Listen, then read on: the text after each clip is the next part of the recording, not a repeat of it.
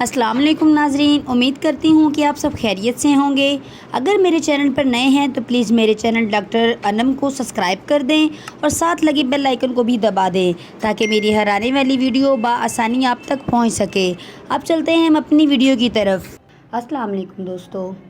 میں آپ لوگوں کے لیے بہت ہی بڑی پریشانی کا حل لے کر آئی ہوں، جس کا بہت لوگوں کو پتہ ہے مگر وہ یہ نہیں جانتے ایسا کرنا چاہیے یا نہیں۔ جی تو آج ہم لوگ بات کرنے والے ہیں کہ مباشرت کرتے وقت عورت کی شرمگاہ میں انگلی ڈالنی چاہیے یا نہیں، اور اس سے عورت کو کس طرح لذت ملتی ہے اور کیسے عورت کو اور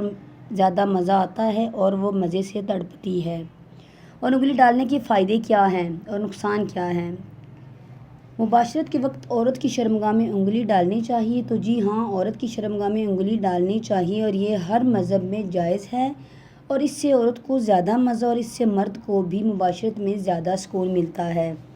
اور اس سے زیادہ مزہ آتا ہے۔ دوسرا، جیسا کہ آپ لوگوں کو پتہ ہے آج کل مرد حضرات مباشرت کے وقت جلد فارغ ہو جاتے ہیں۔ یہ سب مردانہ کمزوری کی وجہ سے ہوتا ہے،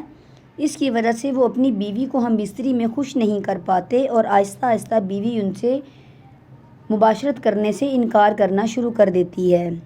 اس میں قصور عورت کا بھی نہیں، وہ بھی کیا کرے، جب وہ پوری طرح خوش نہیں ہوگی تو دلی طور پہ مباشرت سے انکار ہی کرے گی۔ اچھے ڈاکٹروں سے علاج کروانے کے باوجود کوئی حل نہیں ملتا، تو اس لیے جب آپ ہم بستری کرنے لگو تو پہلے اپنی بیوی کی شرمگاہ کو گیلی ہونے تک محبت اور پیار کریں، اور جب پورے جوش میں ہو جائے تو فارغ ہو جائے تو تب جا کے ہم بستری کریں۔